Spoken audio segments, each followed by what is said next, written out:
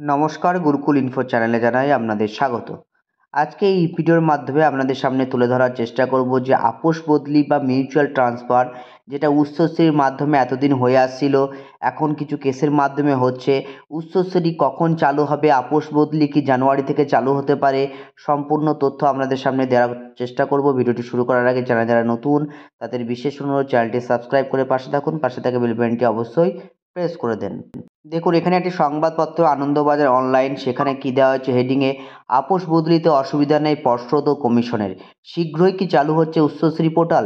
শিক্ষা দপ্তরের সিদ্ধান্তের দিকে তাকিয়ে শিক্ষক শিক্ষিকারা আবেদন করেও দীর্ঘ কয়েক বছর ধরে থমকে তাদের মিউচুয়াল ট্রান্সফার বা আপোষ বদলি।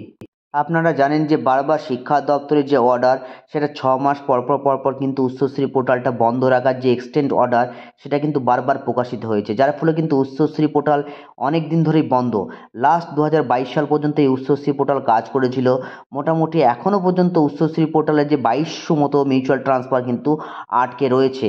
আমাদের স্কুল সার্ভিস কমিশনের চেয়ারম্যান সিদ্ধার্থ মজুমদার এবং প্রাথমিক শিক্ষা পর্ষদের সভাপতি গৌতম পালবাবু বলেন যে আপোষ বদলিতে কিন্তু কোনো রকম সমস্যা নেই।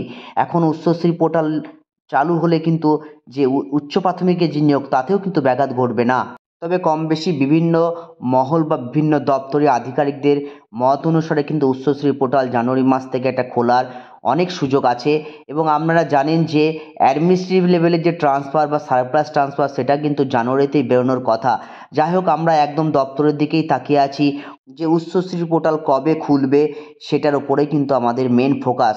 তবে কম বেশি একটু নিয়মের পরিবর্তন ঘটবে, এটাও কিন্তু শোনা যাচ্ছে। ভিডিওতে এইটুই তথ্য আপনাদের শেয়ার করলাম। ভিডিওটি ভালো লেগে থাকলে শেয়ার করবেন। ধন্যবাদ, ভালো থাকুন, সুস্থ থাকুন।